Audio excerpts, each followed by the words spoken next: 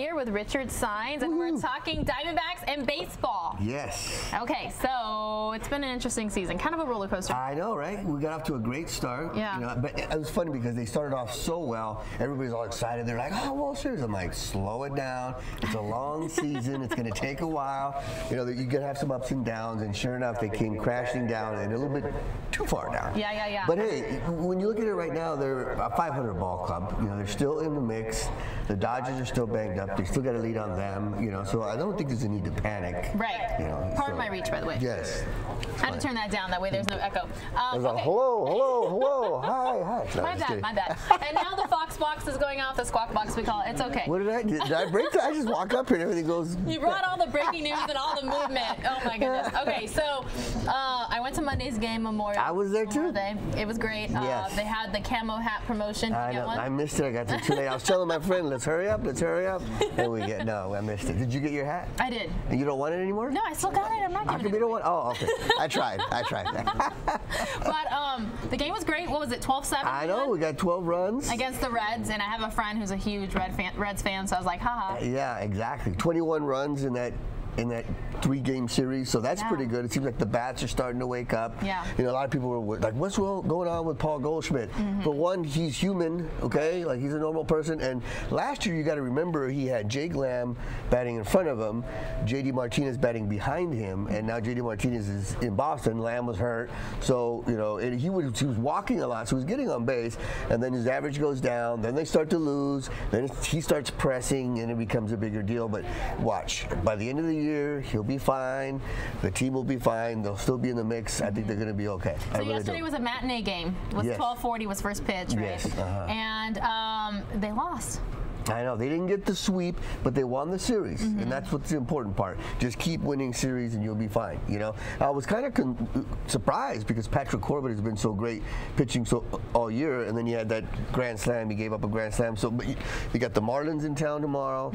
They're just as bad as the Reds, so that can help us help the D-backs get going. And I like to see, like, when guys start to slump or the team starts to lose, what they do to mix it up. You know, will they shave? Will they change their walk-up song? You know, because I like listening to the walk-up song. It says a lot about a person. Like last year, Jake Lamb, every time he'd come up, remember that song, shoot, ba-doop, you know that song?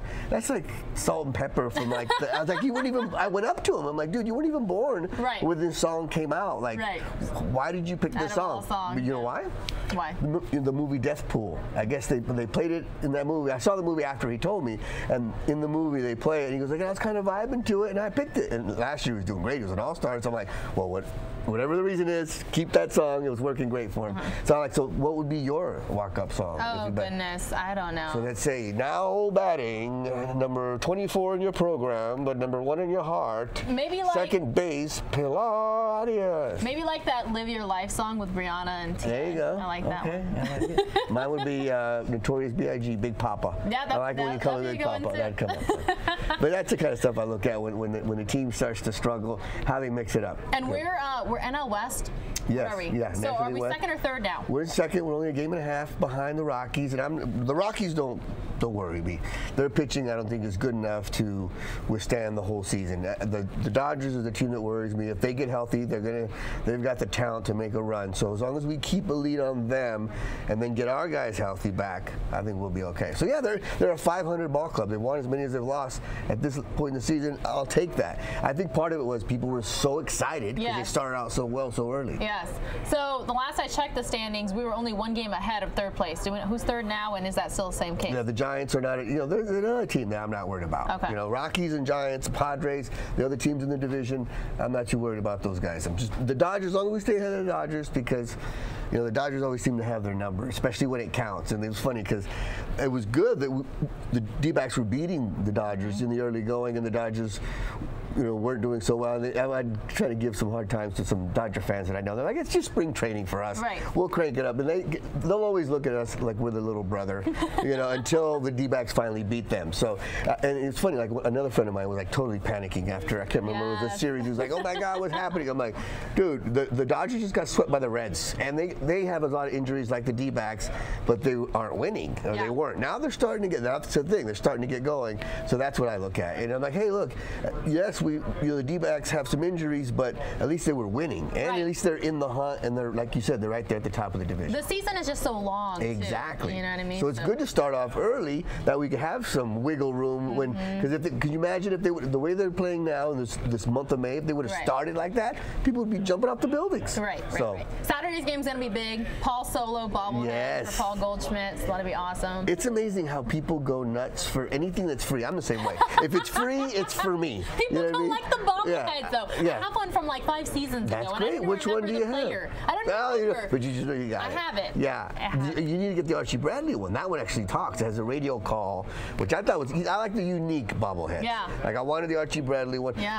My prize giveaway is, I still have it, is the mask, the wrestling mask, because I wanted to be a wrestler when I was a kid. Right? So I got that. That was like the one thing I had to have.